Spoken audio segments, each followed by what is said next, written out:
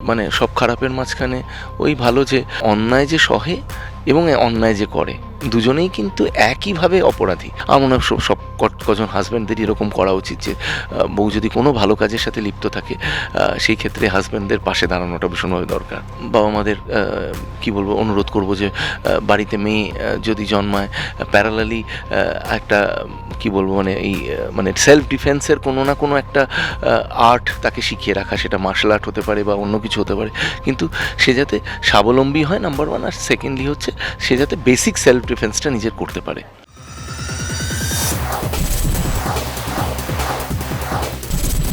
রয়েছে আপনাদের সকলের পছন্দের আকাশ কুসুমের সেটে এবং দেখতে দেখতে তারা পার করে ফেলেছে 200 এপিসোড, এবং সঙ্গে রয়েছে আপনাদের পছন্দের রক্তিম অর্থাৎ সম্রাটদা। কেমন আছো?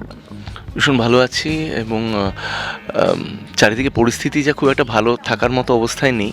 মানসিকভাবে আমরা সবাই কিছুটা হলেও ডাউন বলতে পারো বা লস্ট বলতে পারো, একটু হারিয়ে আছি আমরা। মানে কি হচ্ছে আমাদের চারিদিকে দেখে ঠিক খুব একটা যে মানে স্বতঃস্ফূর্ত আছি বা ভীষণভাবে এক্সাইটেড আছি তা নয়, কিন্তু হ্যাঁ মানে সব খারাপের মাঝখানে ওই ভালো যে এই আমরা মানে সাঁতার কাটতে কাটতে 200টা এপিসোড পার করে ফেললাম, এবং এই মুহূর্তে আমাদের এই গল্পটাও কিছুটা বাস্তব জীবনের সাথেই মিল খেয়ে চলছে আর কি।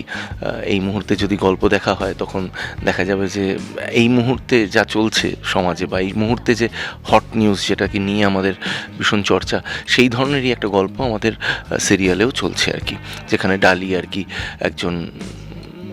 একজনকে রেপ হওয়া থেকে বাঁচাতে গিয়ে আর কি অ্যাক্সিডেন্টালি সেই ছেলেটার খুন হয়ে যাচ্ছে, এবং মানে সেটা কি অপরাধ নাকি মানে যদি আত্মরক্ষার জন্য এই কাজটা করা হয় তাহলে সেটা অপরাধ নয়, বা কাউকে রেপ থেকে বাঁচানোর জন্য যদি কারোকে হত্যা করা হয় তাহলে সেটা অপরাধ নয়, এটা নিয়ে আর কি এটা ডিবেট আর কি।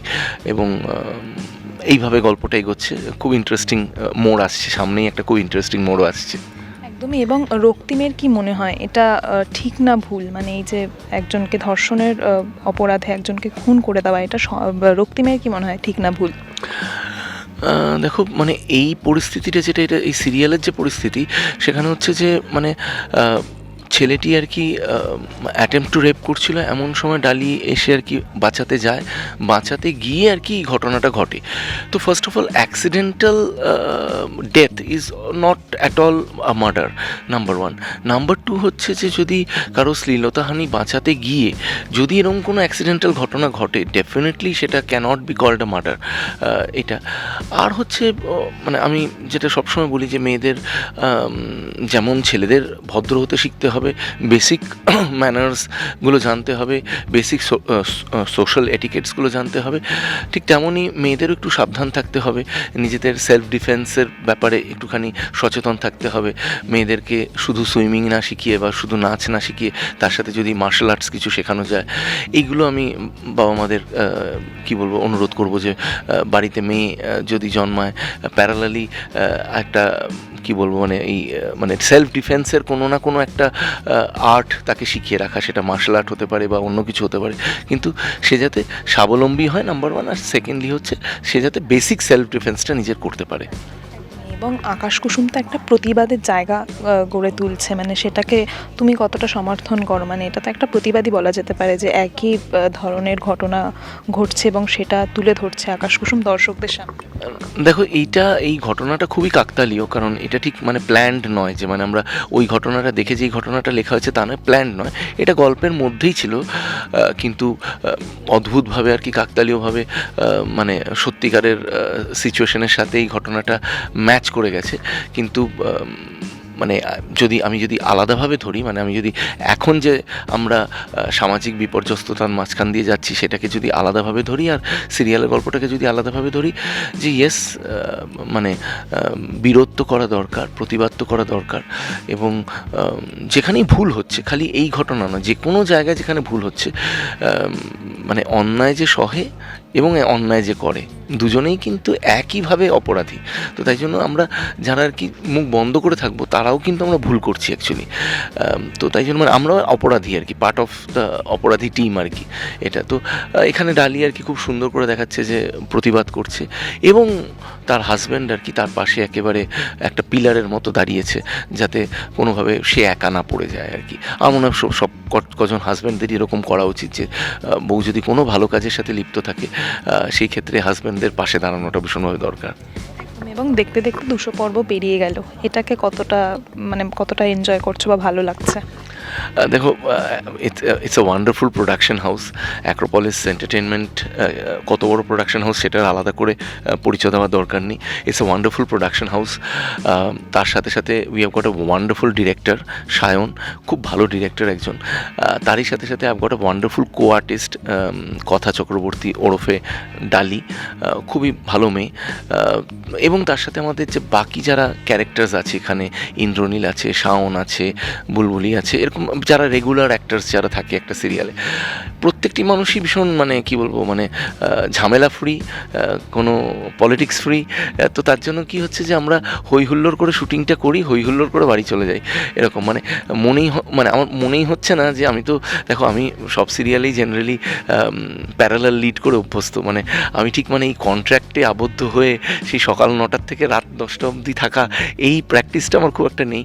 তো এবারে আমি প্রথমবার আর কি এই প্র্যাকটিসটার মধ্যে আছি। তো প্রথমে ভাবছিলাম আমি কী করে থাকবো 10 ঘন্টা 12 ঘন্টা কি 14 ঘন্টা ধরে রেগুলার বেসিসে থাকা, এটা তো ভীষণ মানে কঠিন কাজ, কষ্টকর কাজ হবে। কিন্তু যেহেতু যেটা বললাম যে প্রোডাকশন হাউস ভালো, ডিরেক্টর ভালো, পরিবেশ ভালো, টেকনিশিয়ানরা ভালো, আর্টিস্টরা ভালো, সেহেতু মানে বুঝতেই পারলাম না কবে যে আমি আজকেই মানে হঠাৎ করে মাথায় এলো যখন 200 এপিসোড। আমার মনে হয় 200 এপিসোড মানে not a matter of joke, মানে 200 এপিসোড মানে অনেকগুলো দিন আর কি, মানে হিসাব মতো কত হয় 200 এপিসোড মানে প্রায় 5 মাসের ওপর প্রায়, হ্যাঁ। তো that is why not a matter of joke. তো তাই মানে খুবই ভালো লাগছে এবং খুব এক্সাইটেড, এবং আপনারা যে এত ভালোবাসা দিয়েছেন আকাশ কুসুমকে, এবং আমরা মানে একটা দারুণ টিআরপি নিয়ে এগিয়ে যাচ্ছি। তো সেই জায়গা থেকে দাঁড়িয়ে ডেফিনেটলি আমি মানে সবসময় দর্শকদের কাছে আমার সবসময় মানে এই কথাটা আমার থাকে যে থ্যাংক ইউ, মানে ধন্যবাদ জানাতে চাই, কারণ আমাকে আপনারা এক্স্যাক্টলি এই বছরটা হলে বোধহয় 2002-তে আমার পথ চলা শুরু, তার মানে 2022 মানে 20 আর এই 2 মানে 22 বছর আপনারা যে আমাকে সহ্য করেছেন ফিল্ম ইন্ডাস্ট্রিতে, পর্দায় যে আমাকে সহ্য করেছেন, এটাই অনেক আমার জন্য। তাই এরকমই আশীর্বাদ দিতে থাকবেন, এরকমই ভালোবাসা দিতে থাকবেন, এবং আকাশ কুসুমে আবার 500 এপিসোডে যাতে আপনাদের সাথে দেখা হয়। এবং এভাবেই যাতে দর্শকরা সহ্য করে যায়, সেই জন্য দর্শকদেরকে কী বলবো?